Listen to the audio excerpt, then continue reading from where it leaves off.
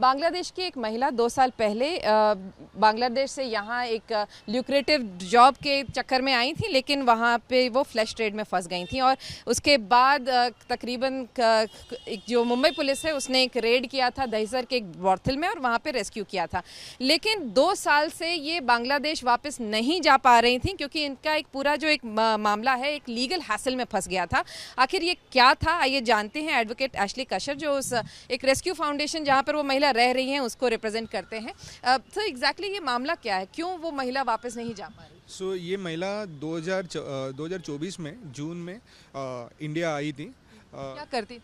ये बांग्लादेश में in fact she had trouble with her husband who used to beat her up and उसका बहुत सारा लोन था हस्बैंड का जो पे करने के लिए उसको काम पे जाना पड़ता था, वो मारता पीटता था। इसके लिए वो भाग के और कोई एजेंट ने उसको बोला था कि इंडिया से उसको पैसा मिलेगा और वो इलीगली इंडिया में उसको लाया गया था एंड उसको फ्लैश ट्रेड में डाला गया था।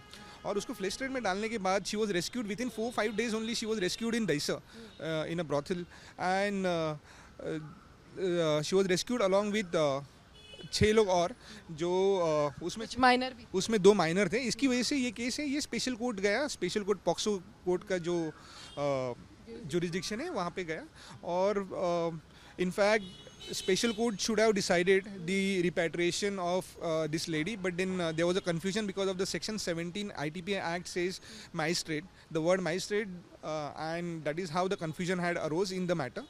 तो लेकिन जो माइनर है उसको भेज दिया पॉक्सो की special court?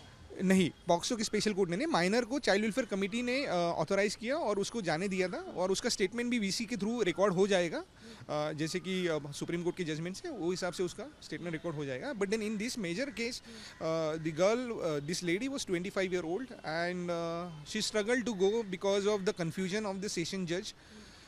Now the confusion has been resolved by the, इसलिए आपको बॉम्बे हाई कोर्ट आना पड़ा। तो बॉम्बे हाई कोर्ट में आपने क्या कहा?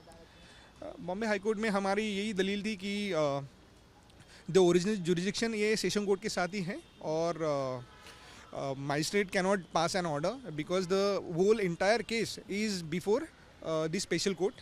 As 2 minor girls were involved, the POCSO was involved and therefore the special court becomes the magistrate court for this case. तो बेसिकली आप थे सेशंस कोर्ट के सामने, स्पेशल कोर्ट के सामने, लेकिन क्योंकि उनको लगा कि एक सेक्शन के तहत मैजिस्ट्रेट लिखा है तो इसलिए आपको मैजिस्ट्रेट के सामने रिपैट्रिएशन का ऑर्डर लेना चाहिए। लेकिन मैजिस्ट्रेट के पास आप जब गए तो उन्होंने कहा कि भाई केस तो हमारे सामने है ही नहीं, तो इसकी वजह से मैं कैसे ऑर्डर पास कर सकता हूँ। तो इस दुविधा की वजह से आप बॉम्बे हाई कोर्ट आए थे। तो बॉम्बे हाई कोर्ट ने क्या कहा?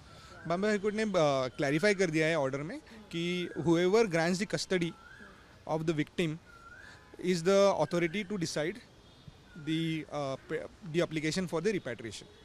तो अब वो महिला जा सकती हैं? अभी तक कहाँ रह रही थी और क्या उनकी वो ठीक हैं 2 साल, क्योंकि उनका एक माइनर बेटा भी है? हाँ, तो अभी फ़िलहाल भी वो हमारे साथ ही हैं और we are hopeful that she will go back in 3-4 days after clearing all the necessary permissions and NOCs which are required. Hopefully she meets her child within few days and she'll be joining the home. And Bangladesh की ये महिला थी जिनका एक छोटा बेटा भी था, बच्चा था और वो बांग्लादेश में था, लेकिन क्योंकि वो 2 साल से यहीं फंसी हुई थी इस लीगल हैसल में, तो अब जब बॉम्बे हाई कोर्ट के ये ऑर्डर आया है जिसमें कि एश्योरेंस दिया गया है कि वो वीडियो कॉल से अटेंड करेंगी पूरा trial. if she is at all required in the trial then she can attend through video conferencing. तो वीडियो कॉन्फ्रेंसिंग के ज़रिए वो वहाँ से यहाँ अपना एविडेंस दे सकती हैं। और इसके अलावा क्योंकि जो ट्रायल आरोपियों के खिलाफ है जो ब्रॉथल को चला रहे थे उन लोगों के खिलाफ जो मामला है वो अभी चल रहा है, तो इसके तहत रिपैट्रिएशन का ऑर्डर तो आदेश दे दिया है, लेकिन उन्हें वीडियो कॉन्फ्रेंसिंग से अपीयर करना पड़ेगा बांग्लादेश से। ये आदेश बॉम्बे हाईकोर्ट ने दिया है। कैमरामैन साई प्रसाद पाटिल के साथ विद्या, मुंबई आज तक।